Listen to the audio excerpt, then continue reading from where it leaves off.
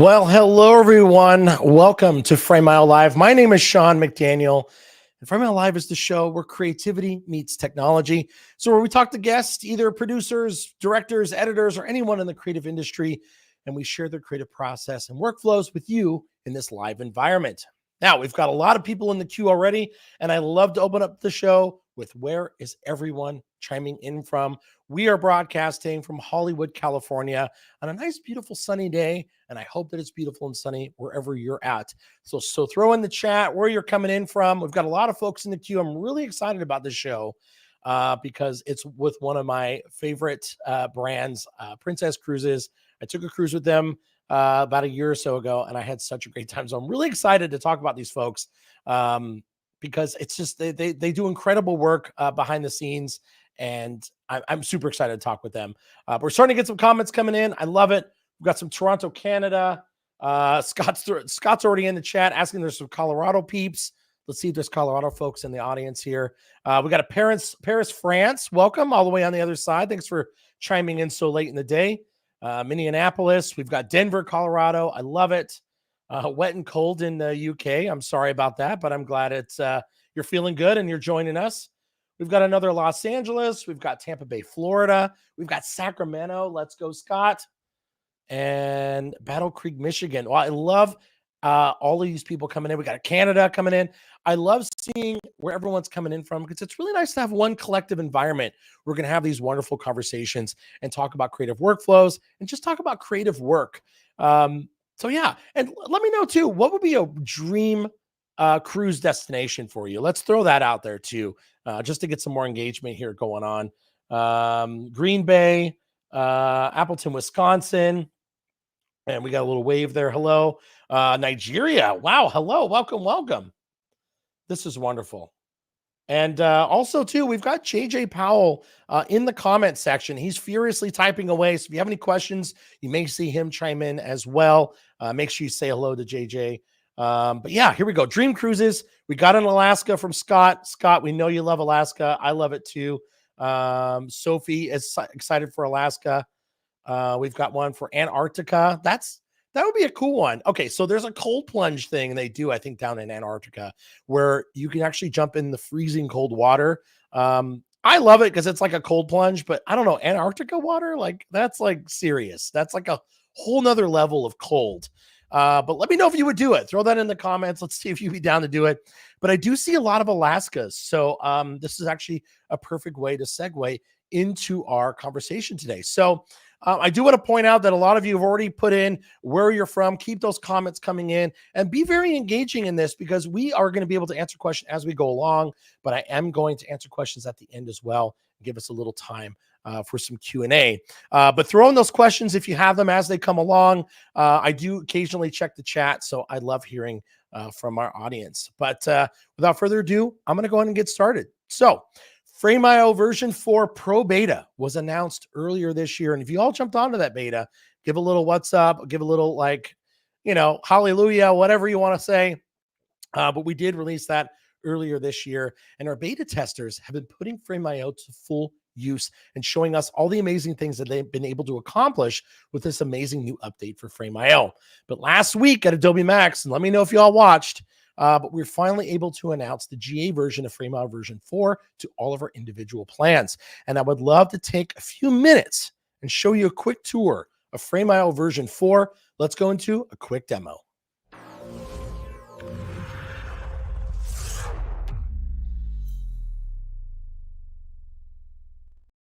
All right, so I've got Frame.io version 4 pulled up. And one of the new things that, if you're not familiar with Frame.io, but it's a place for you to have all of your creative deliverables and your assets in one place. So what's really changed here is the environment that you're working in. So Frame.io was built completely from the ground up. It's a completely new version, but a lot of the same features that you love and cherish are all still there. We have not taken those away. So right now what we're looking at is something called a workspace. And a workspace is where all of your projects are going to live. I've got 3 projects here that already exist, but I'm going to show you how easy it is to create a new project.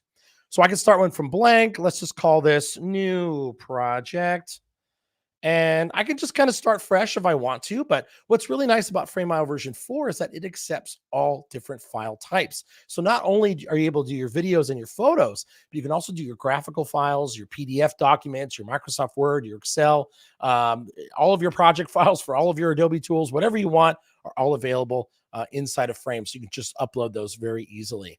So I'll choose one that's kind of off the cuff here. I'll choose a project template based on an asset library, which means we're going to have a lot of graphical assets in there.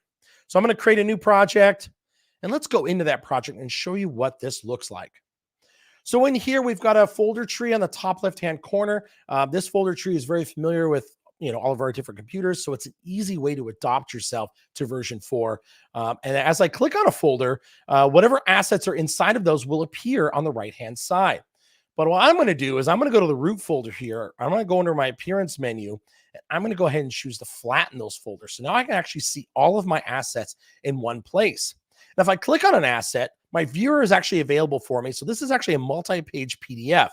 So I can go in here. I can change which page I'm looking at. So let's say I'm looking at page. Let's get some more color here. Page 25, I've got a lot of assets in there. But if I want to go in and actually make some comments, I can do that right on my screen because we have a new feature called the panels feature. And this allows us to toggle on and off what we want to see or don't see. So before, you used to have to click into an asset in order to see it, but you don't have to do that anymore. You're now able to see everything on one screen. Now I'm going to jump back into kind of one of these other projects here. So I want to show you something kind of cool that we've already got set up. So I'm going to click on this asset here. Let's open up these panels. And I want to go and leave a comment, but I'm not just going to leave any comment. One of our newer features is the ability to do anchored comments. So I'm going to go ahead and play. And I'm going to go ahead and just actually turn on my anchor tool here at the bottom. I'm going to click on this screen. And now I could say, this is a little dark. Now I've actually created a comment that will live over here on the right-hand side, but now I've got an anchor point of where that's going to live. But here's something that's really cool too. If I leave another comment here, let's say I want to drop in a comment there, I can now actually leave an attachment on that comment. So right here, if I just hover my mouse over my little paperclip, I can actually see that I can attach a file, which is really, really cool and very handy. Let's say you're doing a screen replacement on like an iPhone or on a TV screen. You can actually pinpoint exactly what file that's going to be. Really great feature. I love that new commenting feature. But now we're actually back into our assets panel, and I can see all of my assets in here, but we've got a lot more items added to each of these assets. What we have now is the ability to edit and view different metadata tags. So if I actually click on my fields tab, I've got a whole list of pre-made metadata tags that were created by Frame.io. But you know what? We don't always want to be organized by the way Frame.io wants us to organize it. We might want to organize things on our own. So now we have something called a custom metadata field. So now I can go in and go, let's say approvers.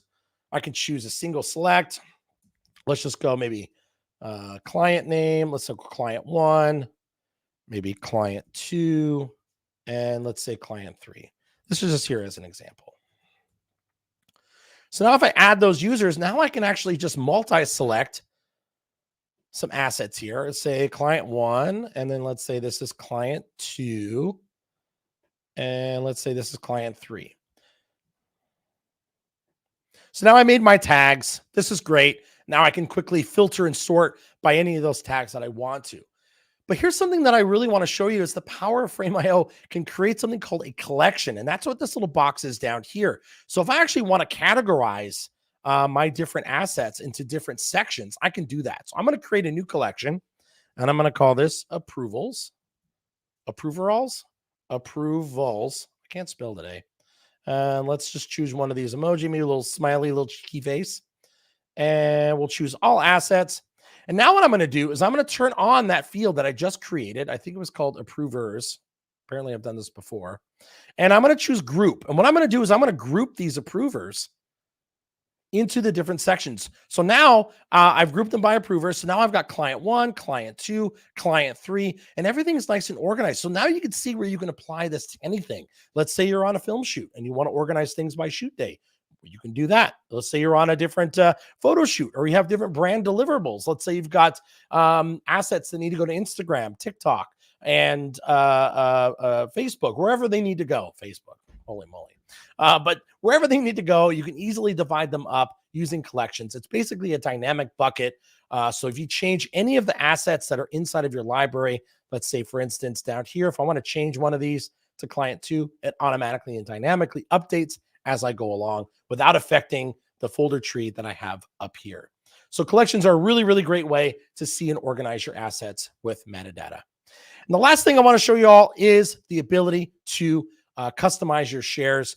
So no longer is the review and presentation link option. You have one link to share out that is completely customizable. You can see here, I've got a header added on top. I can add in my logo here. I've got the option to change my appearance. I can do it kind of dark. And then I've also got my same settings as I had before with the ability to turn on and off commenting, downloads, and so on. So these are great. They're customizable. You can really brand them to your brand. And what's nice is that, let's say you want to have one that's specifically for images and one that's maybe specific for brand assets. The nice thing is the world is your burrito, and you can make it however way you'd like to. I use that term a lot. The world is your burrito.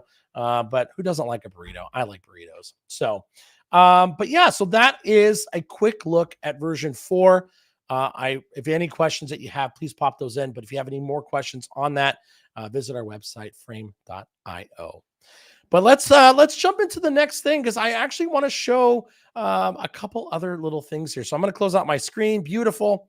Now, it's one thing to actually show you how a product works, but it's another to have a customer show us how it works. And Princess Cruises was an early V4 adopter, and they used it on a recent trip to Alaska to capture the beauty for future travelers on a Princess cruise to this great state. Now, I may be biased because I absolutely loved my trip to Alaska on a Princess ship. I know I mentioned that earlier, but it was maybe about a year and a half ago. I had an amazing time. It was probably one of the best trips I've ever been on. Again, I might be being biased here, but I absolutely loved it. The landscape was absolutely breathtaking. And of course, I was visiting as a guest to the wild landscape of the Alaskan terrain, but trying to capture stunning imagery is a whole other journey. And these filmmakers that we're going to talk to today had to take and capture this majestic wild wilderness on the go as they were flying around the different areas of Alaska. Now, we have 2 key members of the Princess team to talk to and how they were able to capture such stunning images in this environment, but also how they used Frame.io, version 4, and Adobe tools to pull this off. Now, before we start, I do want to show a case study of this team in action, navigating the Alaskan climate to bring these dazzling images to Princess passengers. This case study was made by our very own Frame.io and Adobe Prod Squad here at Frame.io. Let's take a look at the case study now.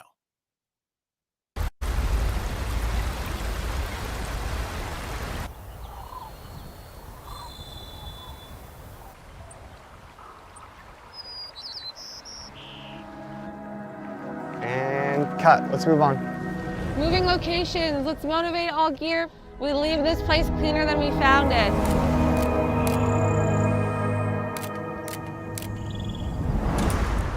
For Princess, Alaska is the #1 revenue generator as far as a destination experience. It's very important to make sure that we market that product very well.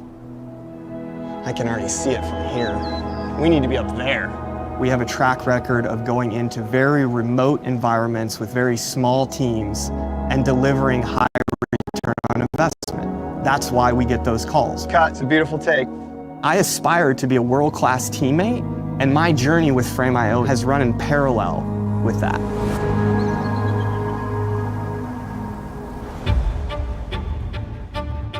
My name is Scott Martin. I'm the Senior Manager of Media Production for Princess Cruises. Roll cameras. Action. Most people hear Princess and they think of cruise ships and oceans. A lot of people aren't even aware that you can go on a cruise tour in the interior of Alaska. Our job was to go and tell a story in Alaska that's never been told by a cruise line before. Back to 1. Let's keep that same energy. There was a long list of deliverables. Brand photography, new brand video, commercial campaign, product series, and then we also had a web series. This was one of the biggest shoots in Princess history in Alaska. We planned meticulously. We've really had to have a much tighter workflow than normal. And that's where Frame.io comes in. Scott will always select his takes while they're out shooting. And action. Watching dailies in Frame.io and me commenting and all of that communication going out to our editors immediately was life-changing for our collaboration velocity. Open up the camera a little bit, Zay. Nice work. We had 14 days of shooting and we had one shot that was incredibly important, and that was Mount Denali. The most challenging thing about Denali is she's only visible 30% of the time. So planning for that shot was quite difficult. We had to fly over it, camp on the other side, and then be up at sunrise and be ready for sunset, which are all happening within a 3 or 4 hour period in Alaska. It's just a logistical nightmare.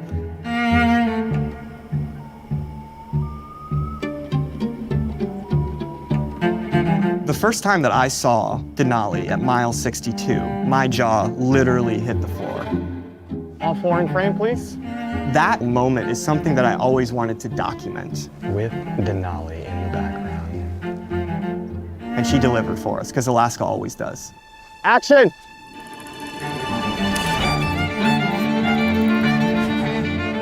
When it all lined up, it was just such a sense of relief. Cut.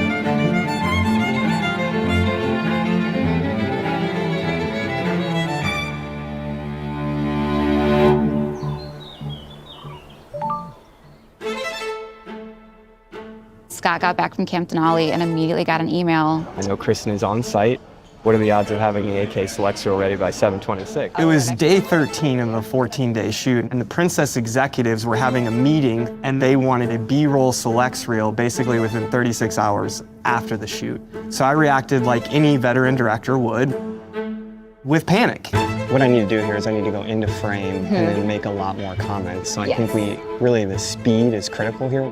But then immediately, that panic did start to subside with the amount of preparation that we had put into Frame.io. If you look at any camera roll from Scott, it's like select, select, select, select. But I love it because then I can actually import his comments into my Mirror project. So I already had a glimpse into his brain.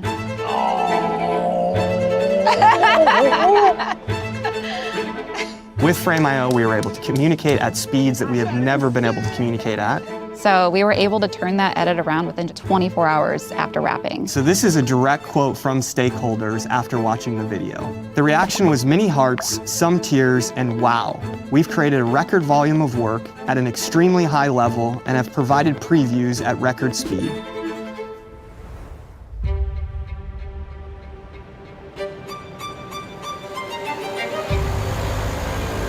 Scott is a really wonderful collaborator. He is one of the most driven directors that I know. You can tell, not only just based on the footage itself, but the Frame.io notifications that I get the next morning when I'm like, what were you doing at 4 o'clock in the morning? 15, 20 years ago, this is almost impossible because of technology. But how technology has changed. Frame.io is something that I'm falling asleep with every night. And even that builds more confidence in me. Action! Wonderful. This is it. It really is that central watering hole where we can all come together and make sure that we're delivering world-class products. So first shot, makeup and hair matters. Second shot, no fly-ins, don't worry about it. By having a great team, wonderful collaboration, awesome tools, you feel like you can kind of take on anything. Right towards me. I want you crossing camera as close as possible, right this side. That's what Adobe tools do. They inspire folks to take bigger swings. Beautiful. Okay, cut.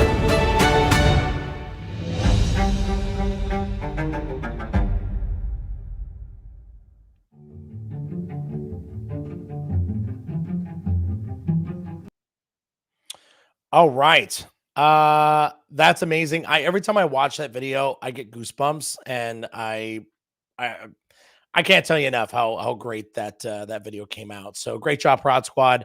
But let's go ahead and introduce you to our guests today. They are, drum roll, Scott Martin, who is head of production at Princess, and Kristen Rogers, who's the editor at Princess. Again, please leave your questions in the chat. We're going to be chatting with them for the next few minutes. And then we want to take your questions as well. So please throw those in the chat. Yes. Wow. That was so epic, Juliana.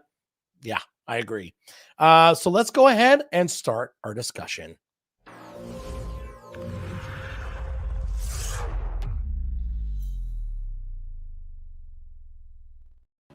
Thank you two for joining us today. Welcome, welcome.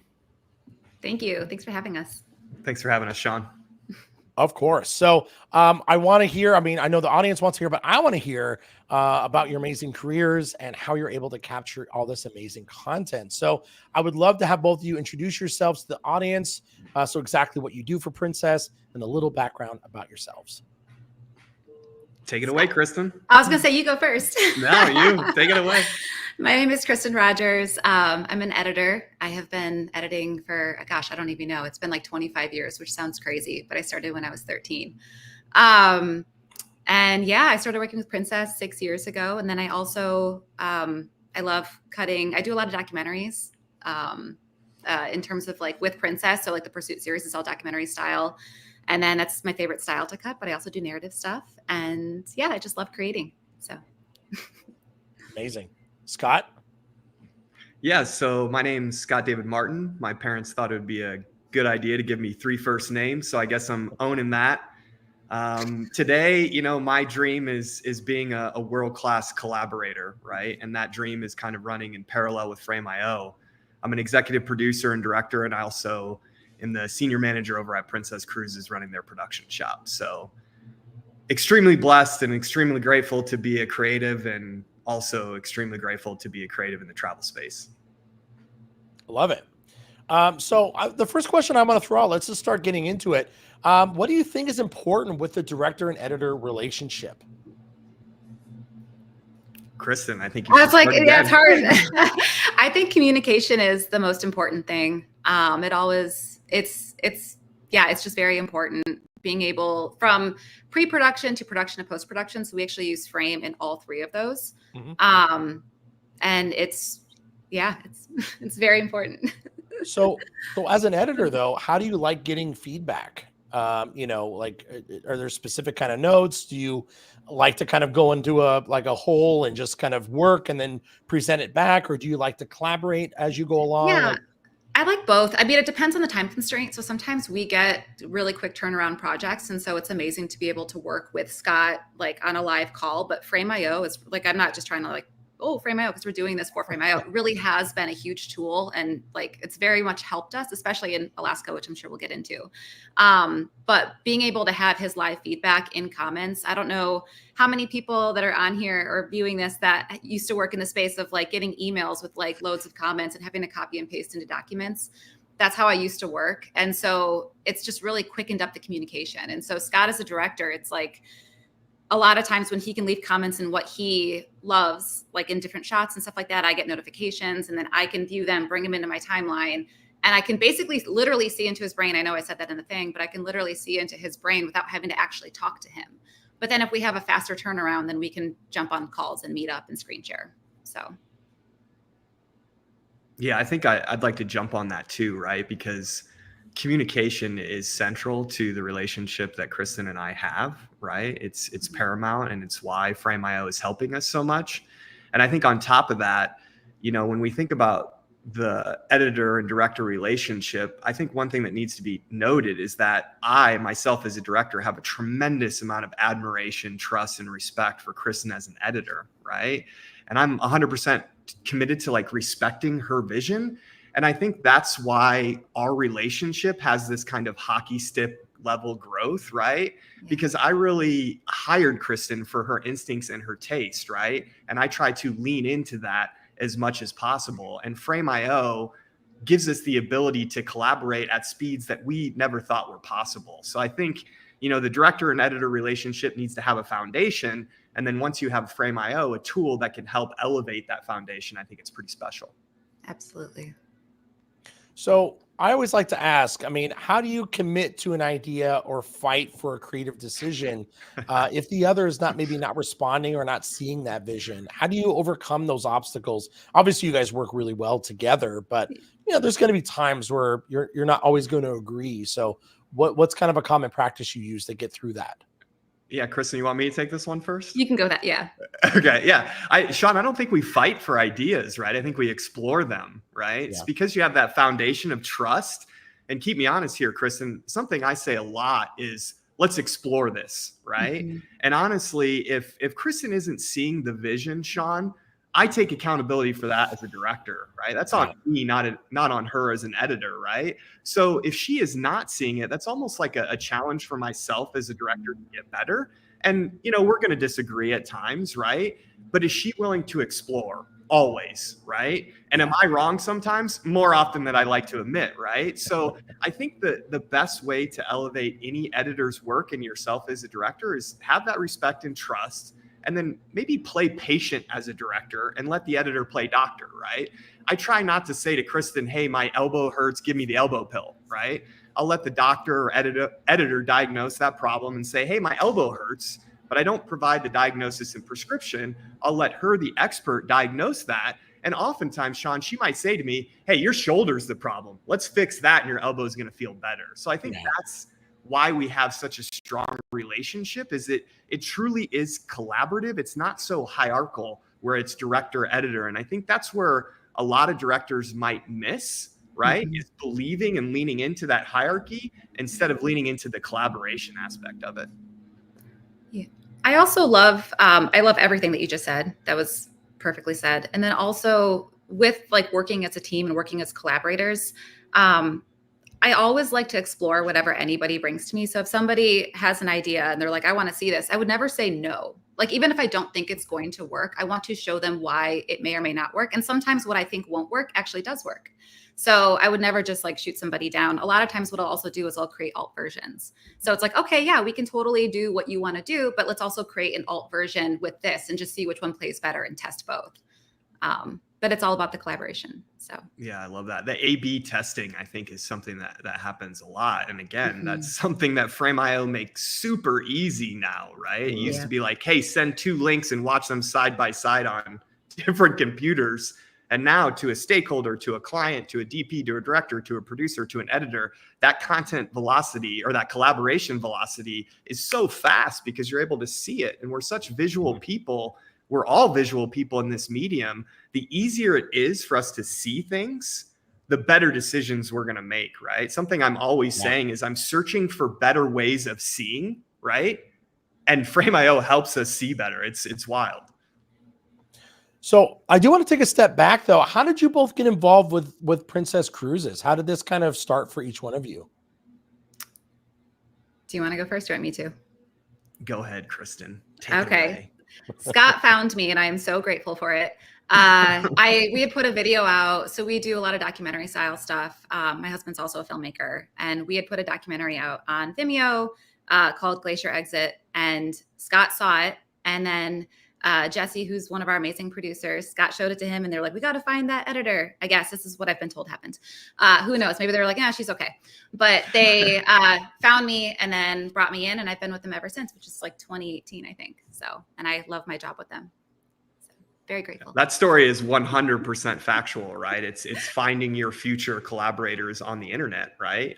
You know, I'm always constantly searching for that next collaborator, right? And I think Kristen was one of those situations where we found great work online, like we all do, right? You see something, you're inspired by it, you're motivated by it. Well, that's your impetus to go work with that person, right? Mm-hmm. And that's literally what we did with Kristen. Is we found great work, and then once we started working with her, it was like a 10 out of 10, because not only was she talented, but she was kind and she was a great collaborator. And that's really the type of people that we're trying to surround ourselves with, right? Is not just world-class talent, but world-class collaborators. And Kristen ticks both of those boxes.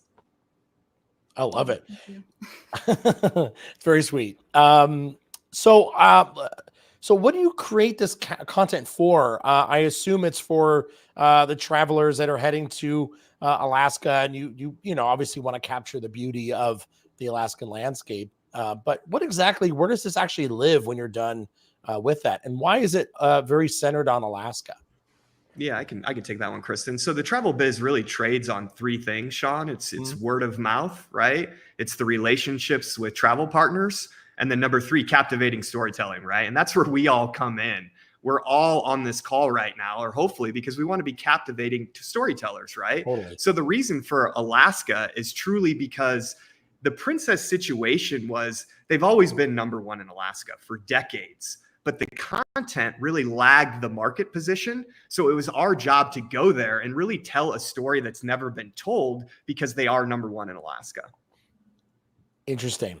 Yeah, I find that fascinating because like sometimes you'll turn on the TV or you'll watch something and it's this beautiful shot, but it's just, something that's just kind of on the television, but you don't realize that there's a team that has to go out there and capture that at that right moment. And that's a lot of what the case study kind of covered is, waking up early, getting to that moment at the right spot, because you only have a matter of moments to capture that before it's completely covered in clouds or, you're not able to get it anymore.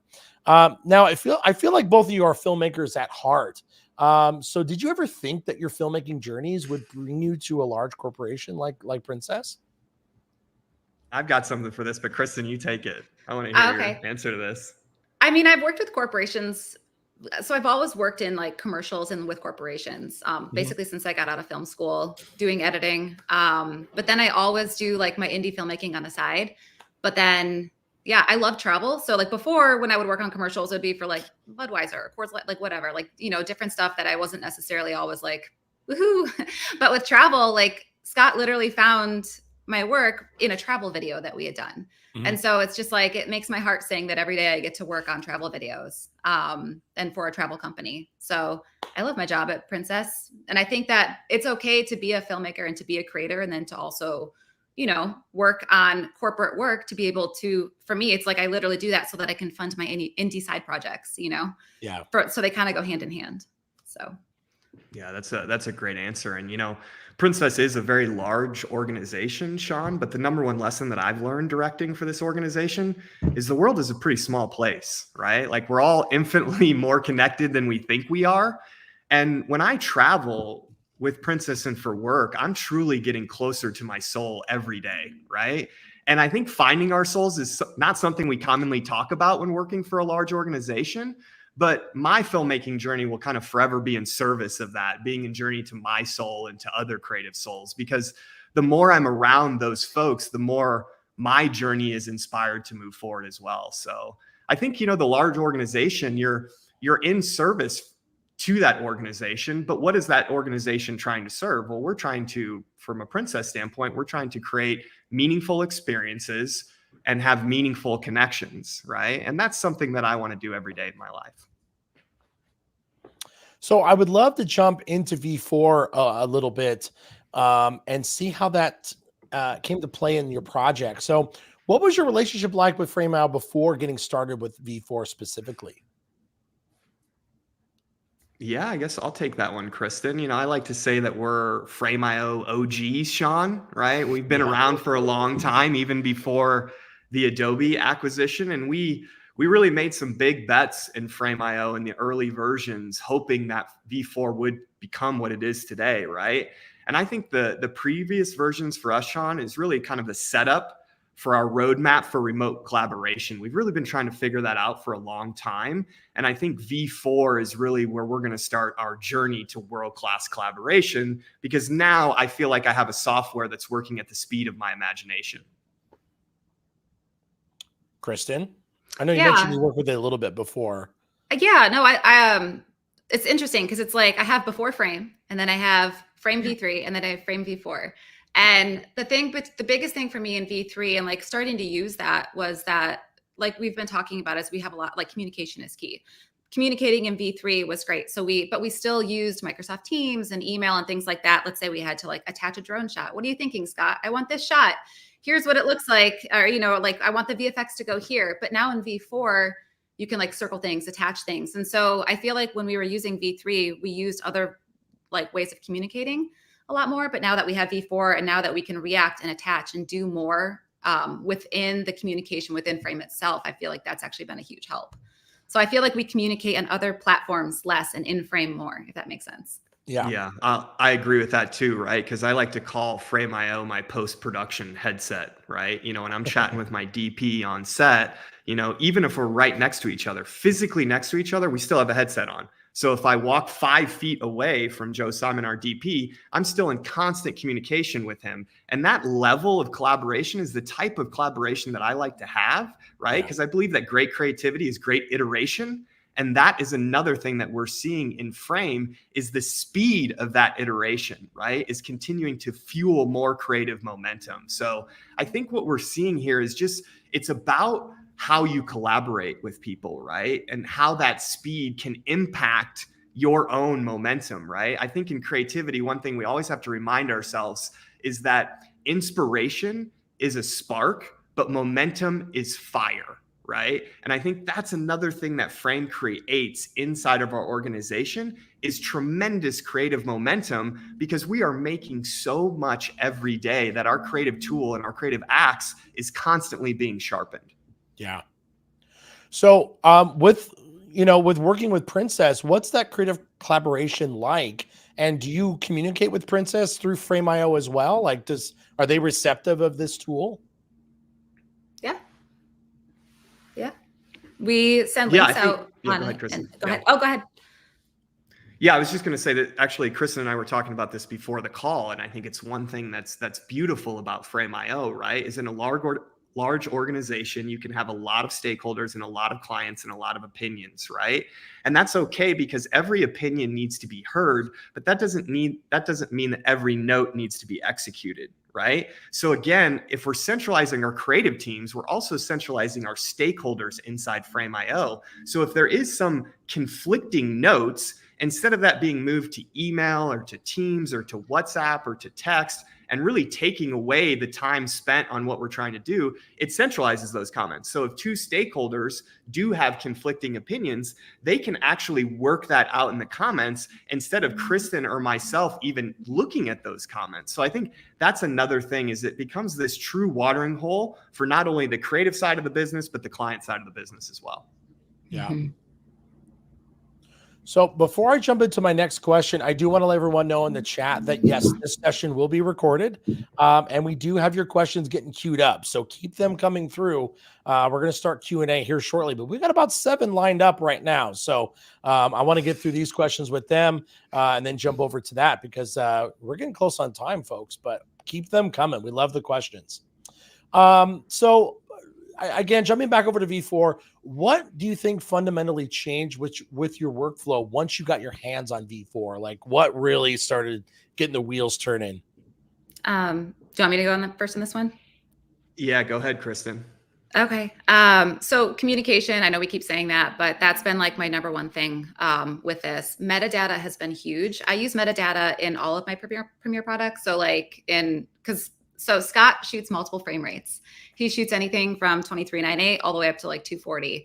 And so being able to sort things by frame rate or who uploaded it, camera, like all these different things, there's 32 different metadata fields. That's been very, very helpful. And then the collections has also been really great, because when we have quick turnaround videos, and also with working for a travel brand where we literally go 7 continents all over the world, being able to create collections for different projects and being able to easily access footage has been huge. And then one other thing has been the ability to draw on and pin things on screen. So we have some VFX, or little things that we have to do here and there, titles, like whatever it is, like remove a little sign or whatever. But we have an amazing VFX artist. His name is Charles. Hi, Charles, if you're ever watching this.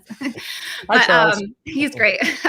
But we actually communicate not just between Scott and I and the producers and the clients, but we also have our VFX artist on there as well. And so we can actually pin and tag things on screen, and then he can go in, do that, upload it, and I can grab it. So it's very like seamless. In V4 versus V3, we couldn't do that. So yeah, I like to say that, and everything that Kristen said, I 100% believe in. It's like V4 kind of gives our teams wings, Sean, right? Mm-hmm. Because on the creative side, I think what you'll feel is you're just going to have more time to focus on creativity versus the tech, right? So that's going to lead you to more high impact creative hours, right? So pre-Frame.io V4, I was spending, 4 a.m., 5 a.m., 6 a.m. with my UK team, right? Then midday, I would go into my North American team, and then I'd finish my day with the Australian teams, right? And that's all changed, right? Because now I'm able to centralize all my communication and be respectful and know that it's all in Frame, and they're going to see it when they wake up, right? And then I think the stakeholders, they're going to feel a lot, right? They're going to see that content velo. They're going to see quality standards be maintained, even if their scope is increasing. And then also team morale too. That was another thing that we've seen is just our post-production teams morale has increased. And even Kristen had said coming out of the Alaska project, this is the first time in 20 years that I truly felt part of the team. And it's like, that almost is heartbreaking when you think about that. Kristen being such an amazing collaborator, an amazing talent in this industry, and has cut so many of the commercials that we see on television. This is her first time feeling like she's part of a team. That is what gets me so excited about Frame, is it's truly a software that's enabling collaboration, which is fantastic. So what other tools besides Frame are you guys using? I know in the case study video, you guys are cutting on Premiere, but you know, what's the experience of using Adobe tools on making all of this content? Oh gosh, it's amazing. Yeah, I mean, Kristen, I use so much Adobe. I use Premiere, After Effects, Lightroom, Photoshop. I used to use Audition a lot more. You guys have some good cleanup tools now with AI that you introduced into Premiere. But yeah, like the workflow between them has been very seamless. I love how with Frame you can download comments and whatever, you know, metadata, different things like that from Frame into Premiere. But then from Premiere, you can also you can right click a clip and bring it into After Effects, right click audio, bring it into Audition, import Photoshop files, have all your, you know, it's just like the whole way that it works is amazing. And then you can export it and put it back into Frame. So it's like it's very seamless. And it makes my life much, much easier. And I don't know of any other platforms that work that way. I mean, I used to work in all different editing platforms, and it's definitely the cleanest one, and I love it. So yeah, I love it. Oh, go ahead. Yeah, it's just one ecosystem versus, you know, competing platforms, and then you're spending all your time on the tech instead of the creativity. Yeah. So I do want to wrap up for the last question or so here, but you know, what for people that are experiencing Frame.io for the first time, we may have a lot of people that are listening that they've never used Frame. What would you advise them to do first as a best practice? Yeah, I actually took some notes on this one because this is close to my heart. So I think, you know, standardizing organizational practices is number one, Sean. And what does that mean, right? It's documenting your workflow, eliminating those multiple channels, whether it's Teams or WhatsApps, right? It's making sure that you have a bulletproof file folder metadata structure. And then also creating DRIs for your workflow, right? DRIs are direct responsible individuals. And I think in our organization, that's something that we focus on a lot, is as our organization grows, we know that we need folks that are inside Frame.io every day. So we actually have in our organization a direct responsible individual for Frame.io. And that person is not me, right? Because I don't spend enough time in the platform that I would like to. But the folks that do have the time and the bandwidth to spend time in Frame.io, they're directly responsible individual for almost everything that happens in Frame. And a lot of times those folks are teaching me a lot about the platform too. So those are a couple of things that I would do before I get in there, is just get yourself organized, you know? One thing I want to add to that too, is I love everything that you just said. I think that's huge. Also, I feel like when you're looking at what we're doing, so yeah, Princess is a huge brand. We have bigger budgets, but I also I have my personal Frame and then I have my Princess Frame. And I think that Frame and Adobe products in general are just such a huge asset for indie creators. So I'm also an independent filmmaker. And it's monumental in my workflow. I mean, I will even just on my own personal projects, I can export myself a documentary, upload it to Frame, and I can go on an airplane when I can't bring my huge hard drive, and I can be leaving myself comments and bring them back into Frame. So it's a tool that you don't have to have a big budget to work on projects. It's really great for all creators with even no budget. Most of the things I do have no budget. So yeah, that's a great point, because even Kristen's documentary, she'll send me that and I'll be looking at that on the weekend, and I'm living in Frame on the weekend with her, so it's truly something that it's a paintbrush that we use all the time, right? And that's the way I look at it. It's just this brilliant tool that we can pull out that's going to enhance our creativity, and I think in the time and space that we're in today, most of us are being asked to do more with less. You need a software that helps you be more efficient. And Frame.io has truly been that software for us. Yeah. Well, I love hearing that. And I also, we're almost at time, but I want to get time in for Q&A, but that was a great way to kind of to end that. So I would love to actually start our Q&A section. Great.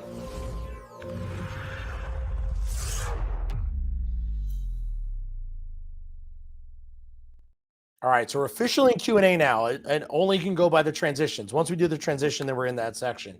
I'm gonna try and power these through, but we got quite a bit of questions in here, and I love it. So the first one is going to be from Victor. Thank you, Victor.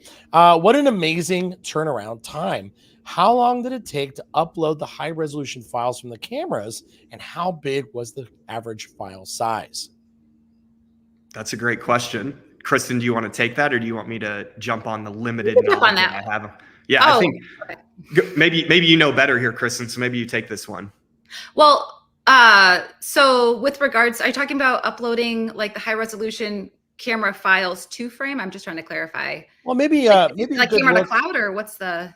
Maybe a look at kind of the workflow, because I know that in the Alaskan landscape, data can be a little up and down. So Yeah. how did you guys kind of work with your workflow? How did you work with your high res media? Was it all uploaded?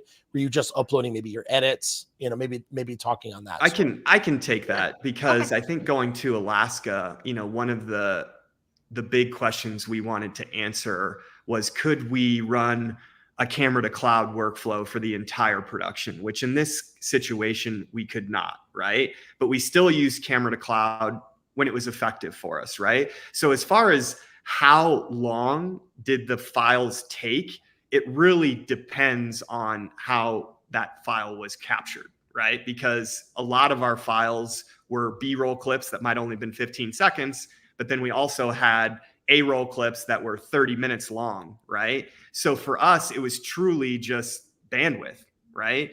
Is in Alaska, we were working with Starlink.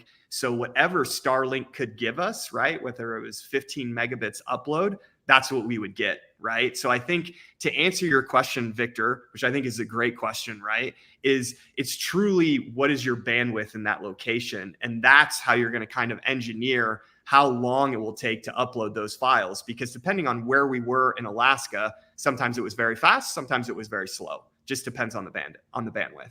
And I think average file size, Kristen, everything was ProRes 444. Do you have an average file size? That's a good question that I don't think I have a great answer for. I mean, they varied from a gig to several hundred gigs. It just depends on how long. Yeah. Sometimes you'd be shooting 240 frames per second, Yeah. Open And gate Victor, on we a shot, and 175. here's another thing that might help you, Victor, is we shot 15 terabytes over 14 days, right? So we were averaging about a terabyte per day. Yeah. Wow. Yeah. Victor, thank you for that question. Hopefully that answered the questions you were looking for. Let me jump to the next one here. This is actually a good one. This one's from Corey. And Corey's asking, I'm used to only using Frame for approvals on edits. What's the benefit of being able to upload dailies and choose selects versus just allowing the editor to make those decisions? Pros and cons. Take it, Kristen. So that was actually something that really helped me. Going back to Victor's question a little bit, is like turning around something that fast. I know you were talking about file uploads, but we actually did get a call or an email about turn around a select sequence.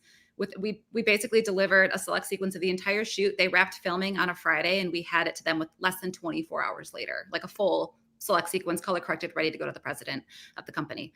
But anyways, the way that I was able to do that was by having so we also had a DIT, of course. We had some tech people, shout out to David, that were there, but he was uploading proxy files. And then Scott was able to comment on those, and then I was able to download those. So while Scott was out shooting the next day, I would be going through his comments and his selects in Frame.io.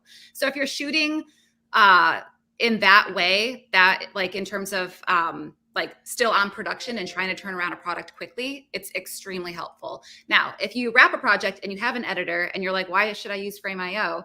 You can also, instead of having to meet up with your editor and sit by them and say, I like this, or giving them notes, you can literally send them footage and mark your favorite shots, mark your favorite angles. Hey, don't use this take. There's a light on in the background. The continuity is wrong. Like there could be so many different things that could be off in shots, but you as the director who was on set that had that knowledge that maybe the editor doesn't, you could actually mark those things in Frame so that they don't even have to look through that footage. Or there was like one sequence where somebody, I think it was like one of our drone pilots, he was like, oh, you don't have to go through that footage because we got better stuff the next day, and it's like, so I was able to go into Frame and be like, don't use this, or, it's Yep. just, it's very helpful. So Yeah. There's so many hours that Kristen could have wasted looking at footage that she didn't need to use, right? And we're on a 14-day shoot. She shows up on day 7.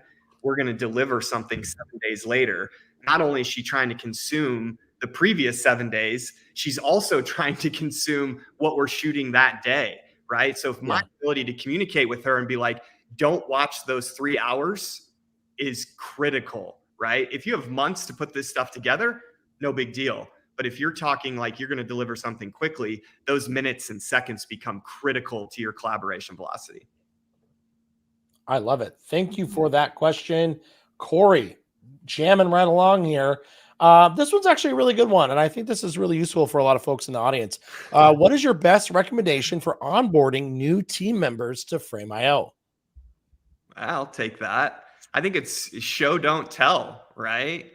I truly don't want to sell anything to anyone that they don't want, right? And I truly believe filmmakers need Frame.io in their lives, right? So instead of me going to my collaborators and saying, this is so beautiful, I truly just start working with them in Frame.io. And because it's so strong, what they realize is it starts saving them time.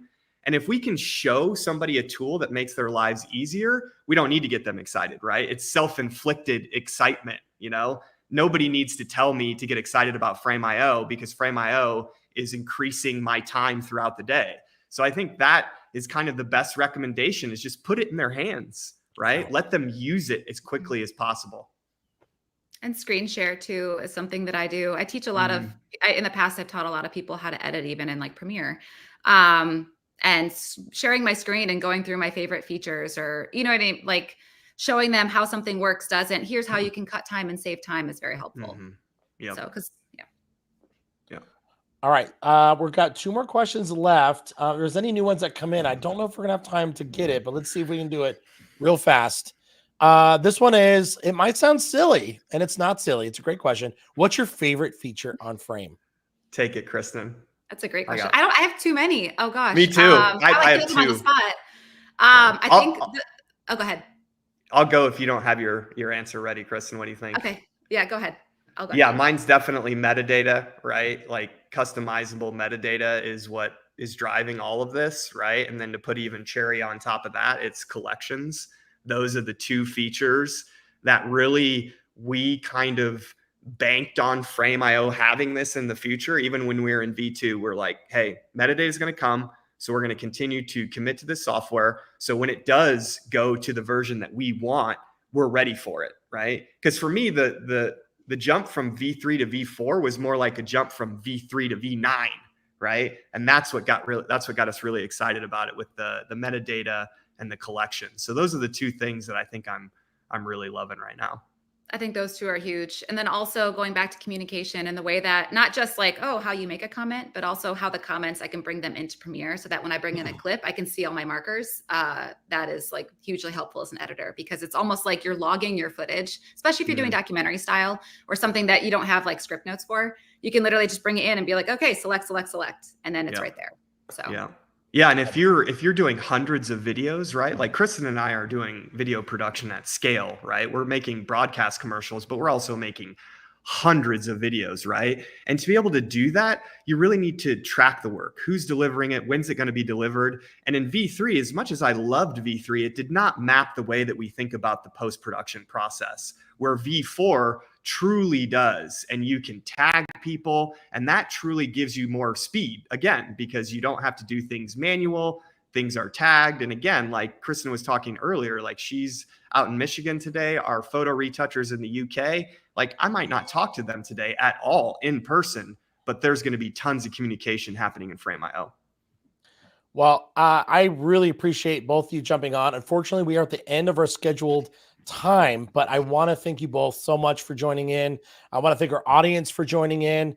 Yes, thank you two for jumping on. Thank you so much for having us. Please stay on the call though. We're going to talk a little bit afterwards.